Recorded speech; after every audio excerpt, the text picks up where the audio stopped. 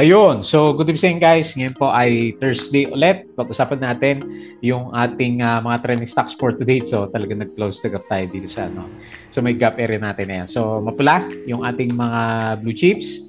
So, pangalawang araw na red tayo. Pero hindi naman ganun kalaki yung yung lumabas na foreigners ay 18.84 million lang po yung lumabas na foreigners. So, meron pa rin more than 2 billion na pumasok o nakapasok na foreigners sa market natin. So, tinamaan na naman yung mga property stocks na Ayala stocks. Ayan. So, nakita ko dito si Ali. Nag-drop ng more than 2% si Ayala Corporation minus 2% BPI.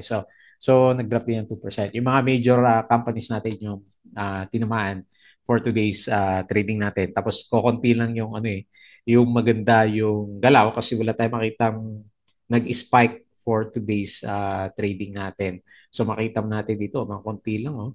Si Bloomberry natin, okay, nag-bounce naman siya.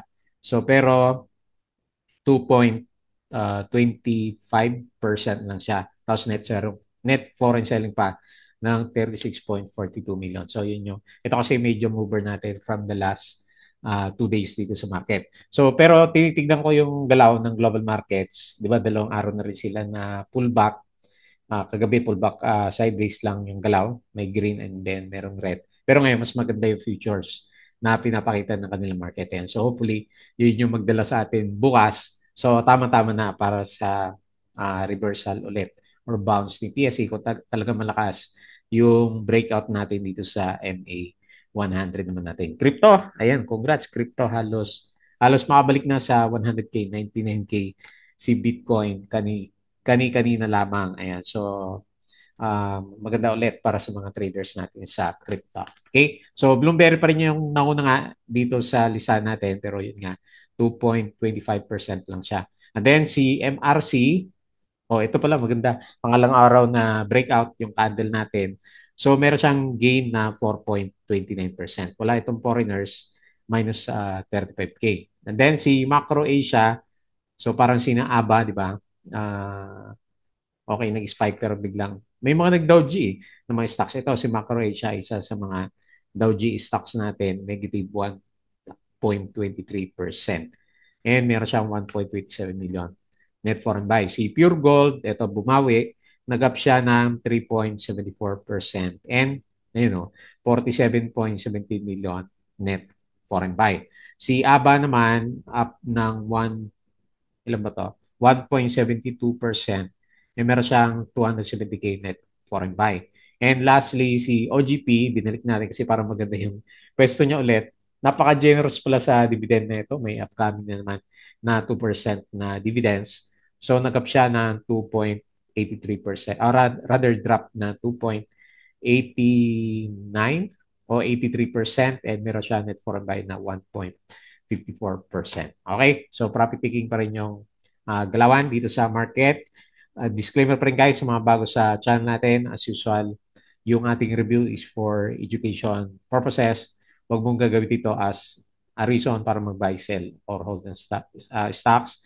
Meron po, meron po kasing risk na involved sa market. And follow mo ako dito sa ating Palawi Trader na YouTube channel para updated ka sa mga reviews natin. Subscribe ka lang po or join ka dito sa mga trading community natin. So message nyo na lang po ako yung mga nag-join. May nakita ko nag-join kanina. Baka hindi ko pa naisama sa chat room natin. Okay? So yung mga nakasubscribe, maraming salamat po. May hina yung views natin.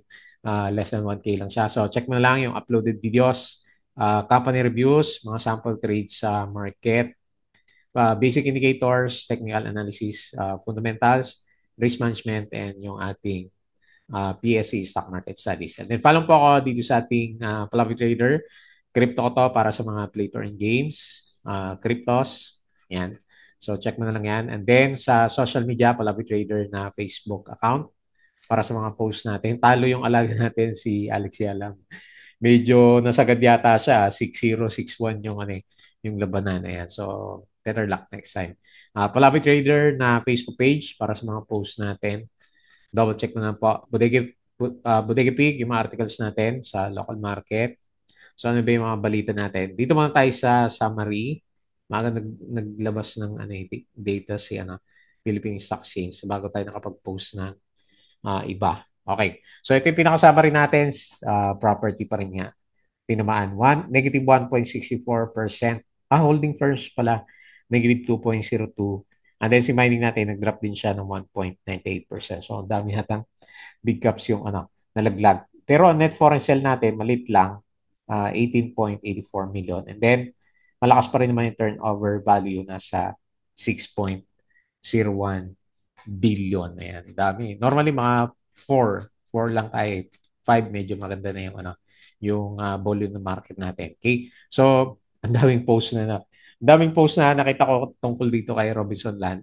So, revealed a new plan. It's called the Vision 2530 Roadmap, which aims to use, okay, yung parang strategy niya. Pero meron siya, good earnings siya mamaya.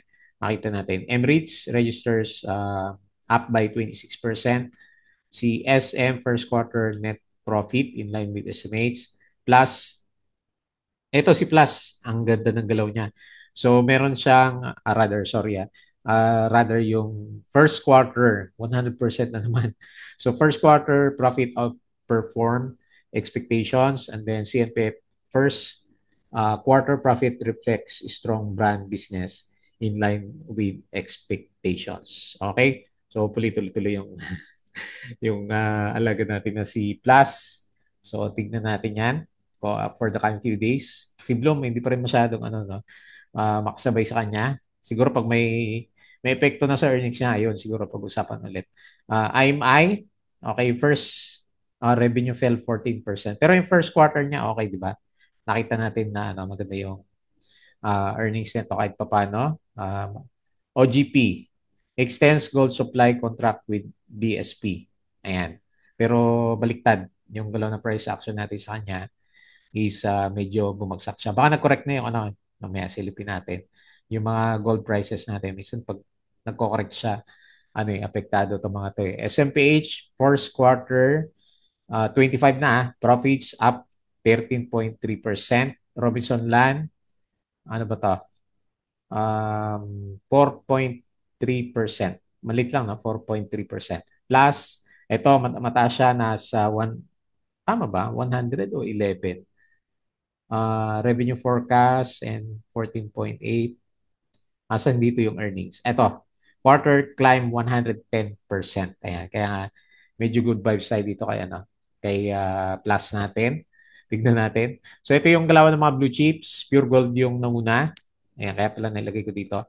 3.74% blue, 2.25 AGI 1.58 percent LPG 1.17, Emperador 0.76. So nalaglag tayo dahil nag-pullback si Converge 3.11%, GGS 3.01, nag-pullback Ayala Corporation 2.9, BPI negative 2.54%, and so on. Kasi ang daming nalaglag pala dito sa mga big caps. Ali, first quarter profit in line with estimates. Banks don't need anything, so if BSP tries to pass them another RRP cut gift, I'm going to lose it, sabi niya. So, kasi maganda, pero hindi pa rin nagbabawas ng di ba, ng rate cuts. FGen first quarter recurring earnings in line with forecast. Tapos kanina, CNPF posted a 11% rise in Q1. Okay din yung earnings niya. So, kanina talagang mapula na, no? Okay. So, anyway, DNL builds enormous amount of trust and goodwill by doing business this way. So, up 10% ang earnings si DNL. Umaga pa lang, ganun. Ganun talaga eh. Talaga mahina yung market natin. Quick recap of what happened tonight. Okay, so yan. Check nyo lang. Okay, medyo pantay pa nung alas 10. So, yung mga blue chips natin. Okay, so, meron pa ba? SM Prime, okay, kumita. Oceana Gold, ano ba to? O may dividends. 2% nga po yung dividends. First quarter, ito yung medyo pangit yata. First quarter GDP growth of 5.4% below expectation. Ayan, baka yun yun. NRCP, gumalaw ito kanina umaga, assign a financial strength rating of A+. LTG net income 14%. Ayun o, annual yan, no? Okay, so maganda yung earnings niya. Ito yung mga companies niya pala. So PNB, up, ang laki 41%. Ayan. Eton, BMC, hindi nakalagay ko ilang percent. Tapos si CPG, ayan, so first quarter earnings pala. So 16% plus 110%. Ayan. Metrobank, ilan ba? Earnings ba yan o galawan? Galawan yan lang yata. At 5.4% is lower than expected in Q1. Okay, dami ko pala na-post kanina umaga. Ayan. So anyway, pakibasa na lang yung mga nandyan na post natin, SPNEC. Bumalik ba si SPNEC natin? Hindi ko napansin yung galaw niya ngayon eh. Okay?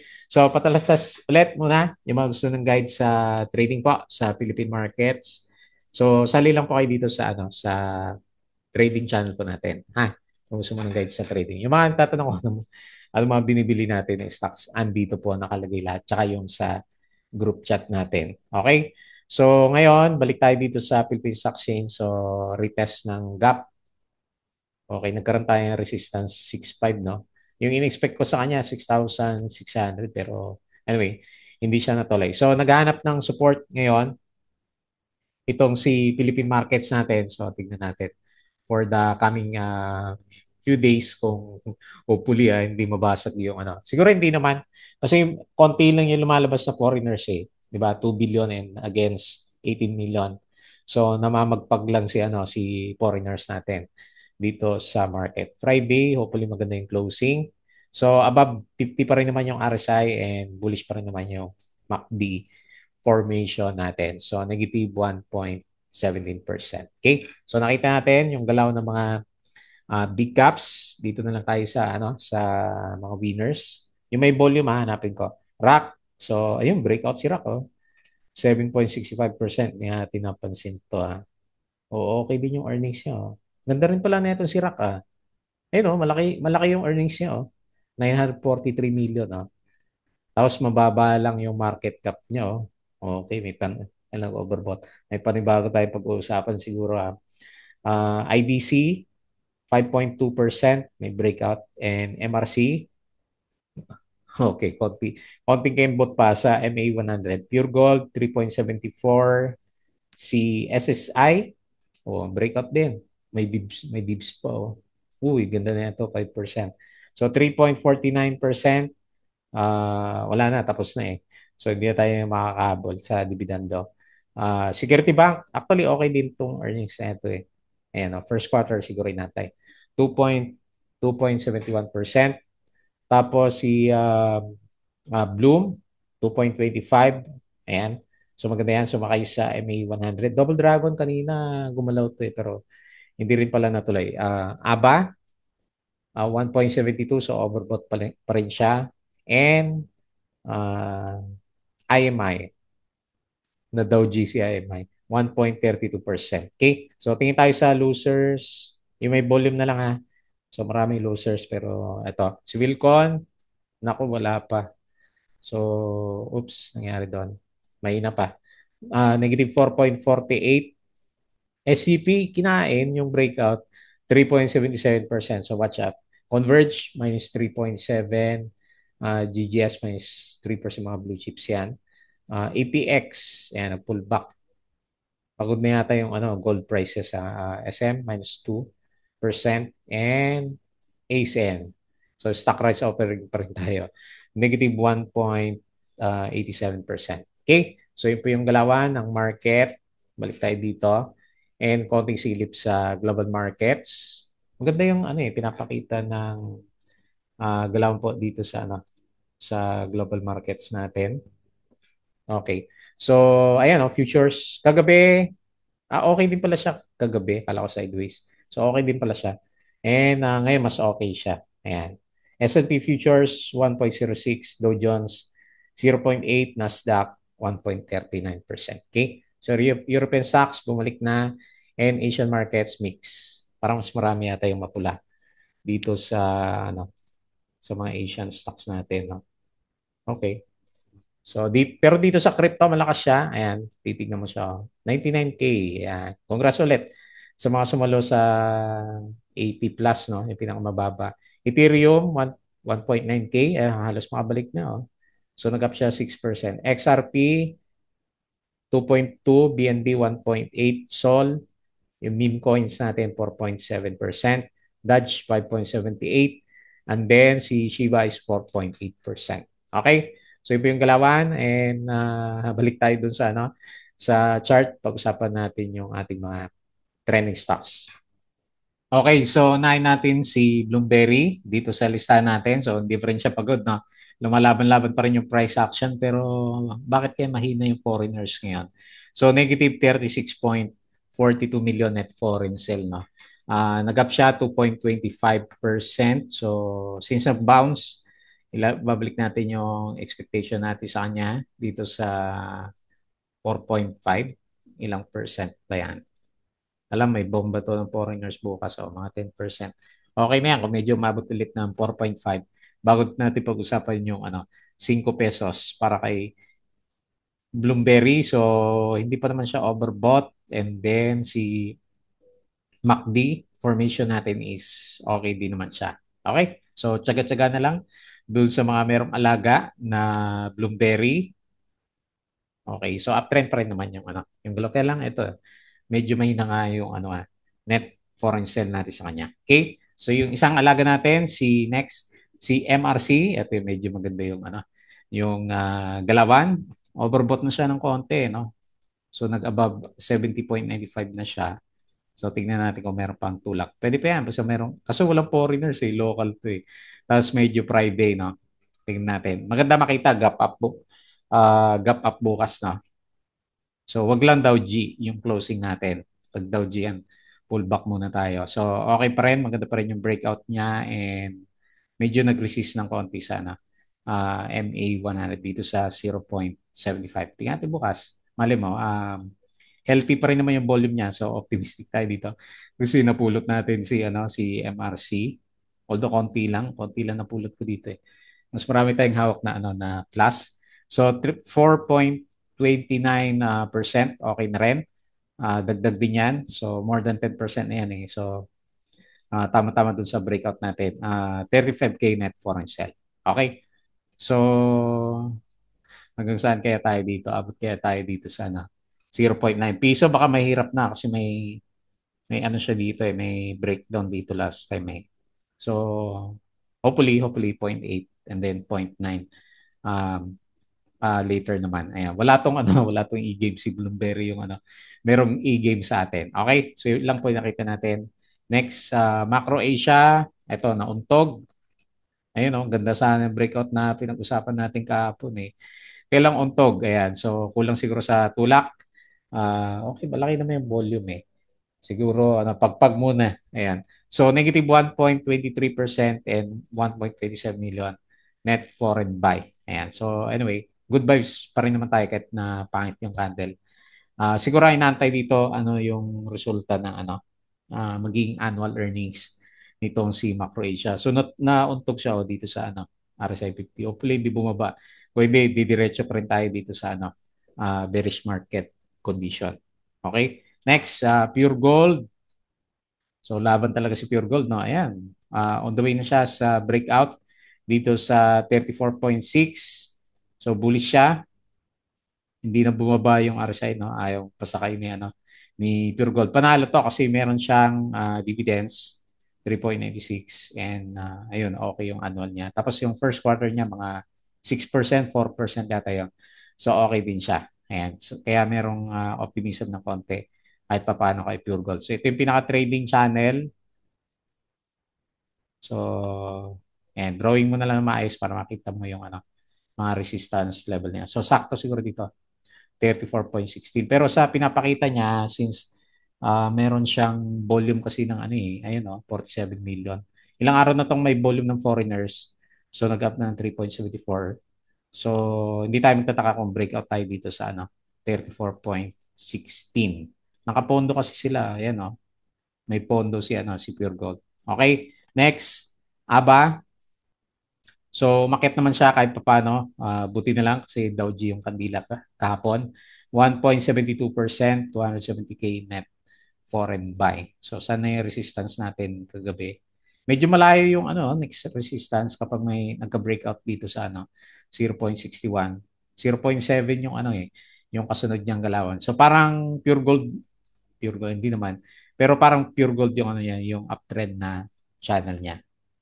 Ayan. So, hopefully umabot pa ng 0.65. Kailang overbought na. Tapos Friday bukas na. Tignan natin. So, earnings is okay din naman siya. Okay? So, bullish pa rin yung MACD at saka RSI. Yung MACD niya, ang ganda. Next, OGP. Ito maganda, no?